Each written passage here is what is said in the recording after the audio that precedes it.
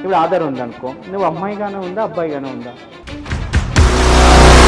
ఒక అమ్మాయి అనేది, ఇది చెప్పచ్చో చెప్పకూడదు నాకు తెలీదు, ఒక అమ్మాయి 11, 12 ఆ టైంలోన ఒక మెచ్యూరిటీ అవుతుంది కదా, ఒక అవి మీకు అవి అయినప్పుడు ఎలా ఉంది మీకు?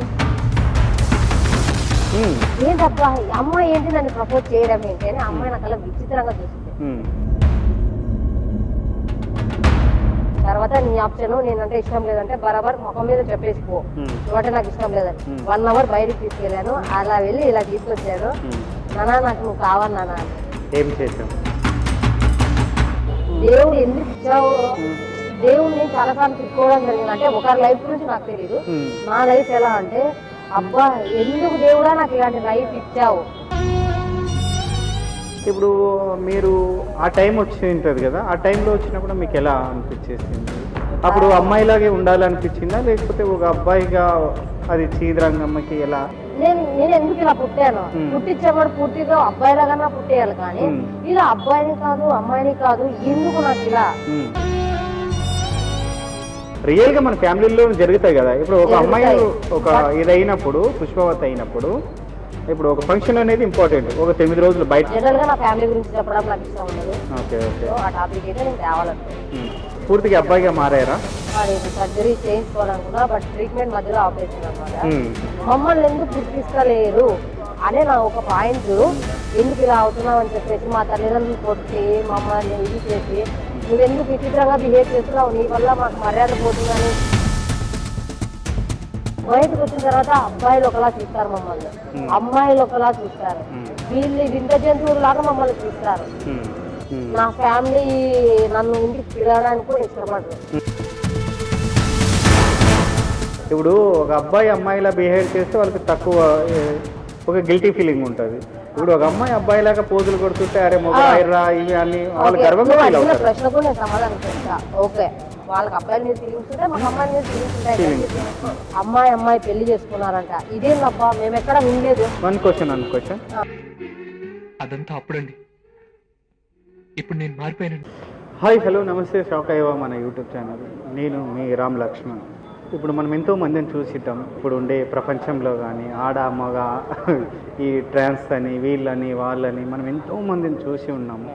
నా లైఫ్లో సెకండ్ టైం విన్నాను, ఒకరిని చూశాను. ఇప్పుడు సెకండ్ టైం నా దగ్గరే ఉన్నారు ఆ పర్సన్ ఏంటి ఎలా వాళ్ళు అనేది ఇప్పుడు అడిగి వాళ్ళ మాటల్లో తెలుసుకున్నాము.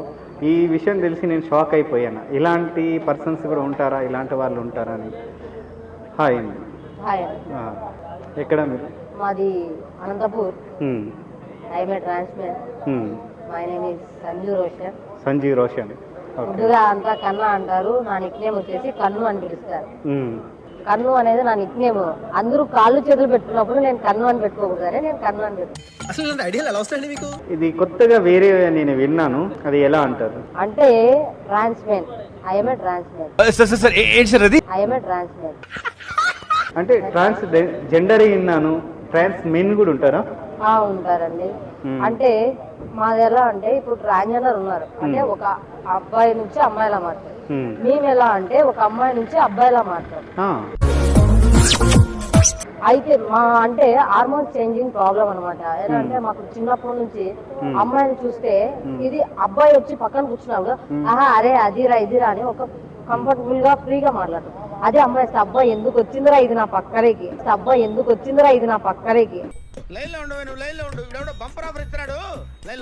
అదొక సిగ్గు, అదేదో తెలియని ఒక ఫీల్. అంటే ఆ అమ్మాయి మన పక్కలోకి వచ్చినప్పుడు అదేదో తెలియని ఒక ఫీల్ అనమాట.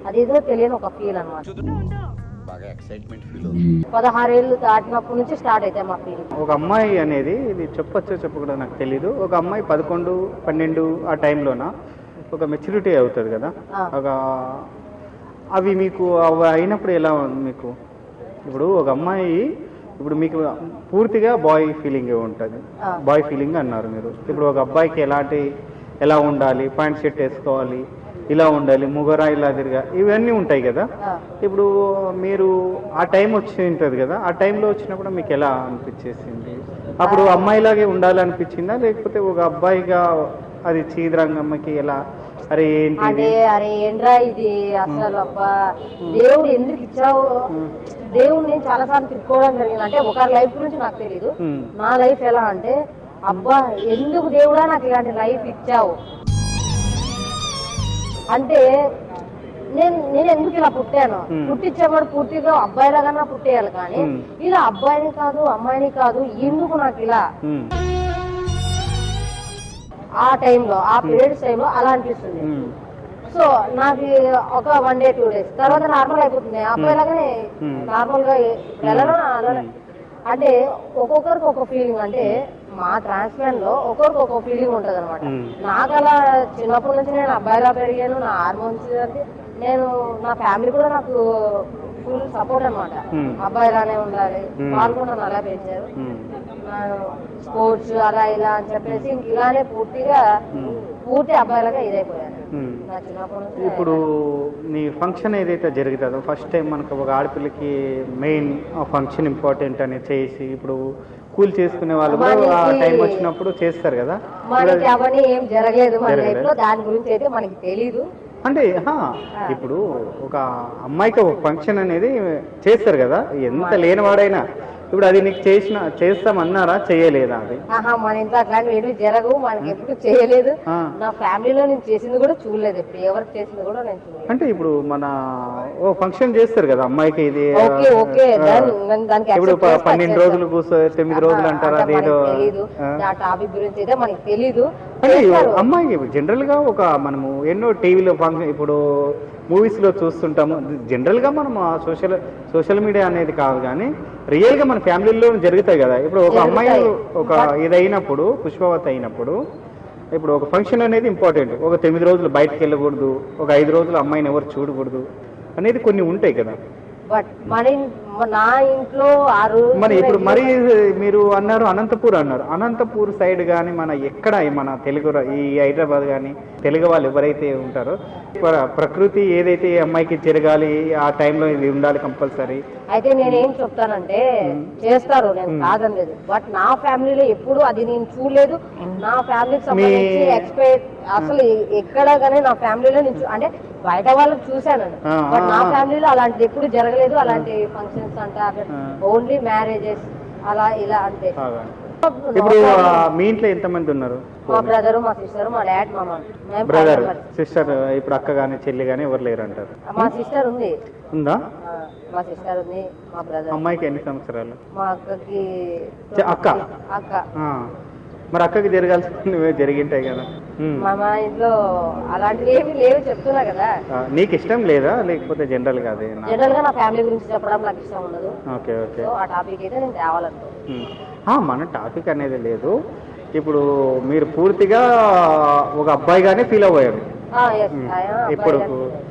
ఈ అమ్మాయికి జరగాల్సినవి ఏది మాత్రము నీకు నచ్చదు, పూర్తిగా అబ్బాయిగా మారారా?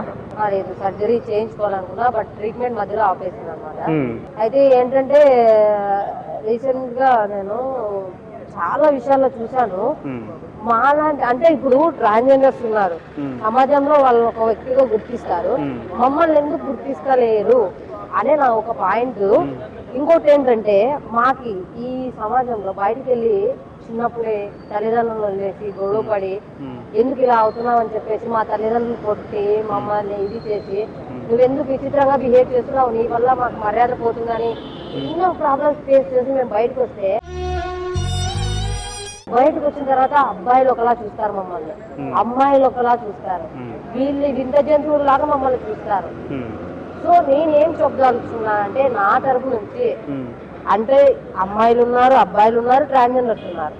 సో ట్రాన్స్ మ్యాన్ అనే ఒక అమ్మాయి నుంచి అబ్బాయి లాగా మారిన వాళ్ళు కూడా ఈ సమాజంలో ఉన్నారు, మమ్మల్ని కూడా గుర్తించండి అని నేను ఇదైతే నా తరపు నుంచి నేను కోరుకుంటున్నాను. నేను ఒక విషయం అడుగుతా, ఇప్పుడు ట్రాన్స్ ఉమెన్స్ అని జెండర్ కానీ ఇప్పుడు గే కానీ ఇలాంటి వాళ్ళకు ఒక కమ్యూనిటీ అనేది ఒకటి ఉంటుంది. ఈ కమ్యూనిటీ ఉంది కాబట్టి వాళ్ళది ఇప్పుడు కాదు తరతరాలుగా వస్తుంది. నేను నా 35 yearsలోన వినడం అంటే నేను ఒకసారి సోషల్ మీడియాలో చూశాను, రియల్గా మిమ్మల్ని చూస్తున్నాను. ట్రాన్స్ మెన్ అంటే నేను ఎక్కడ వినలేదు. ఇలాంటి వాళ్ళు ఎక్కువగా ఉంటారా? అంటే ఎట్లా మీకు ఒక కమ్యూనిటీ ఏమన్నా ఇప్పుడు ట్రాన్స్ జెండర్కి ఎలాగైతే ఉందో మాకి ఉంది, మాకు ఒక కమ్యూనిటీ ఉంది, ఇదే ట్రాన్స్మెన్ కమ్యూనిటీ ఉంది, ఎల్జిబిటీ కమ్యూనిటీ అనేది ట్రాన్స్జెండర్స్ కి సంబంధం, ట్రాన్స్ మెన్ కి సంబంధం. అయితే మాలాంటి వాళ్ళు కూడా ఈ సమాజంలో చాలా మంది ఉన్నారు. అంటే మీకు ఇట్లా కమ్యూనిటీ ఉందా? ఉంది, మా కమ్యూనిటీలో చాలా మంది ఉన్నారు. ఎక్కడ మన కమ్యూనిటీ ఎక్కడ ఉంటుంది? అంటే కమ్యూనిటీ ఆఫీస్ వచ్చేసి హైదరాబాద్ లోనే ఉందంట. మేబీ నేను ఎక్కువగా అయితే ట్రాన్స్మెన్స్ తో కలవను, ఎవరితో మాట్లాడను. ఎందుకంటే నేను ఎక్స్ప్రెస్లీ నేను ఎవరితో మాట్లాడడానికి ఇష్టపడను. ఎందుకంటే అది నాకు లోన్లీ ఫీలింగ్ ఎక్కువ అనమాట. ఎందుకంటే నేను చిన్నప్పటి నుంచి ఒంటరిగా పెరిగాను. సో పేరెంట్స్ వదిలేసి చిన్నప్పటి నుంచి బయటకు వచ్చి బ్రతికాను. చాలా ప్రాబ్లమ్స్ ఫేస్ చేసేసి ఇవాళ ఈ స్టేజ్ లో ఇవాళ మంచిగా కూర్చొని ఇంట్లో తింటున్నా పడుకుంటున్నా అంటే చాలా ఎన్నో ప్రాబ్లమ్స్ ఫేస్ వచ్చాను. కాబట్టి ఇవాళ మంచిగా ఉన్నా లైఫ్ లో. సో ఫ్రెండ్స్ అని ఇంకొకటి అని లవ్ అని ఇవన్నీ దగ్గర తెచ్చుకొని మళ్ళీ లైఫ్ ఖరాబ్ చేసుకోవాలనుకోలేదు నేను. నా తరపు నుంచి నా ఫ్యామిలీ ఇవాళ మంచిగా హ్యాపీగా ఉన్నారు. ఎందుకంటే నేను హ్యాపీగా ఉన్నాను కాబట్టి వాళ్ళు హ్యాపీగా ఉన్నారు. ఎక్కడున్నా హ్యాపీగా ఉన్నాననే ఒక ఇదితో నా ఫ్యామిలీ నన్ను ఇంటికి పిలవడానికి కూడా ఇష్టపడరు. ఎందుకంటే నేను ఎలా ఉన్నా అంటే పిలుస్తారు, మేబీ ఏ ఫంక్షన్ జరిగినా పిలుస్తారు. మేబీ వెళ్ళడానికి నాకు ఒక గిల్టీ ఫీలింగ్. ఎందుకంటే చూసేవాళ్ళు నేను ఇలా ఉన్నాను కదా ఇలా అనుకుంటారు కదా, తెలియని ఒక ఫీల్ అనేది నా ఫ్యామిలీకి చాలా దూరం చేసేసింది నన్ను. అంటే ఇప్పుడు నువ్వు ఒక అబ్బాయిగా, ఇప్పుడు ఒక మగాడిగా ఉన్నప్పుడు నీకు అలాంటి భయం ఎందుకు? ఇప్పుడు మొగరాయుడు అంటారు కదా, ఇప్పుడు ఒక అబ్బాయి అమ్మాయిలా బిహేవ్ చేస్తే వాళ్ళకి తక్కువ ఒక గిల్టీ ఫీలింగ్ ఉంటుంది. ఇప్పుడు ఒక అమ్మాయి అబ్బాయిలాగా పోజులు కొడుతుంటే అరే మొగరాయిరా ఇవి అని వాళ్ళు గర్వంగా ఫీల్ అవుతారు. ప్రశ్నకు నేను సమాధానం చెప్తా. ఓకే, ఇప్పుడు ట్రాన్స్జెండర్ ఒక అబ్బాయి నుంచి అమ్మాయిలా మారినప్పుడు తను ఎలాంటి ప్రాబ్లమ్స్ అయితే ఫేస్ చేస్తుందో మేము కూడా బయటకు వచ్చిన తర్వాత మా ఫ్యామిలీ నుంచి మేము కూడా అలాంటి ప్రాబ్లమ్స్ ఫేస్ చేస్తాం. ఎందుకంటే మాకు కూడా అమ్మాయిలు, ఎందుకంటే మాకు అమ్మాయిలు వాళ్ళకి అబ్బాయిల మీద ఫీలింగ్స్ ఉంటాయి, మాకు అమ్మాయిల మీద ఫీలింగ్స్ ఉంటాయి.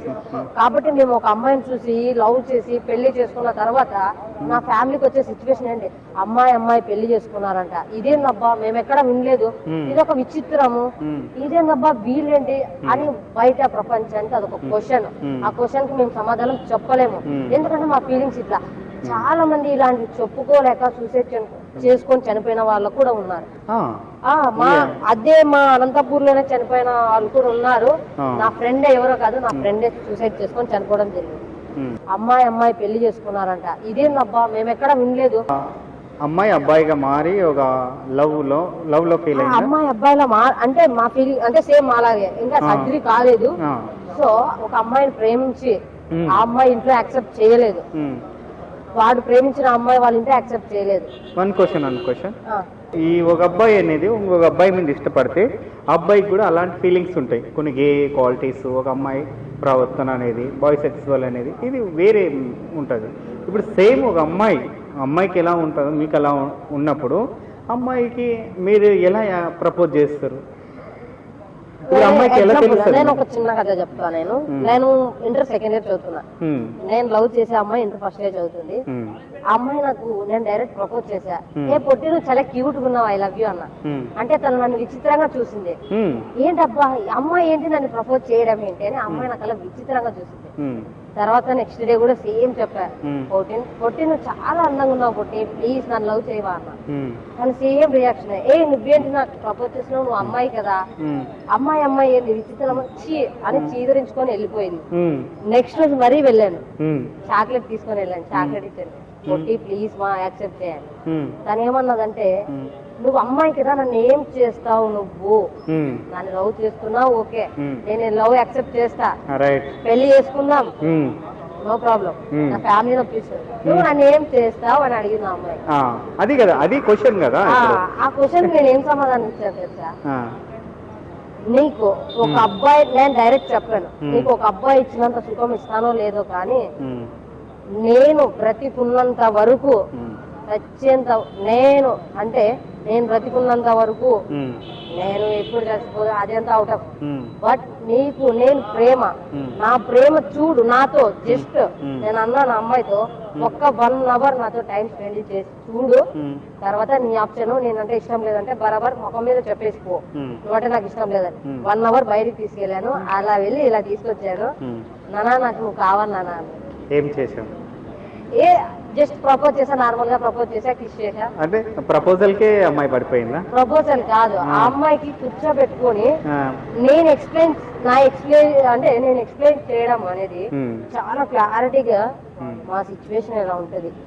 నువ్వంటే నాకు ఎంతో ఇష్టం, కానీ నేను ఒక అబ్బాయిని కాను, బట్ నువ్వు నా లవ్ యాక్సెప్ట్ చేయవని నాకు తెలుసు, కానీ నేనైతే ఒక అబ్బాయిని అయితే కాదు. కానీ నా ఫీలింగ్స్ ఇలా, నేను ఒక అబ్బాయి అనే ఫీలింగే నాకు ఉంటది, కానీ ఒక అమ్మాయి అనే ఫీలింగ్ నువ్వు అమ్మాయి అని వేరెత్తి ఒకరు చూపించేంత వరకు నేను అమ్మాయిని నేనే గుర్తించుకోలేను. అలాంటి ఫీలింగ్స్ మాది, అది ఇది అని చెప్పి ఆ అమ్మాయి చాలా చెప్పాను. అయితే తర్వాత 1 year బాగా ఎంజాయ్ చేసాం. తర్వాత మ్యారేజ్ చేసుకున్నాము, పోలీస్ స్టేషన్ లోనే చేసుకున్నాము. మా ఫ్యామిలీ వాళ్ళ ఫ్యామిలీ కూడా వచ్చారు. చాలా అది మస్తు వైరల్ కూడా అయిపోయింది మా అనంతపురం సైడ్. నేను లేదు అనంతపురం. అయితే మాది చాలా వైరల్ కూడా అయిపోయింది. అయితే మేము మ్యారేజ్ చేసుకోవడం జరిగింది. 10 years జర్నీ అయింది మా ఇద్దరిది. 10 years జర్నీలో 5 years బాగా మంచిగా కలిసి ఉన్నాము. తను నర్సింగ్ చేయాలి, అంటే తను బెంగళూరు వెళ్ళాలి కోచింగ్ కి. అప్పుడు మా ఇద్దరి మధ్య దూరం కొంచెం 3 years నా ఎడ్యుకేషన్ తర్వాత నాకంటూ జాబ్ పొజిషన్ లో నేను తిరిగి నీ దగ్గరకు వస్తానని చెప్పి వెళ్ళిపోయింది. సరే నేను కూడా హ్యాపీగా, తను లైఫ్ లో బాగుంటే నేను కూడా బాగుంటాను కదా అని నేను కూడా సరే అని నేను కూడా యాక్సెప్ట్ చేసి తను పంపించడం జరిగింది. తిరిగి రిటర్న్ వచ్చేసరికి తను వేరే అబ్బాయితో రావడం జరిగింది. అదే కదా ఇప్పుడు క్వశ్చన్ మనకి. ఇప్పుడు ఒక అమ్మాయిని అమ్మాయి ఎలా సుఖ పెడుతుంది, అది ఫిజికల్ గా ఎలా అది సాధ్యం? ఫిజికల్ అంటే పర్సనల్. ఇప్పుడు ప్రేమ ఓకే, మీరు అన్న పాయింట్ నేను అగ్రి.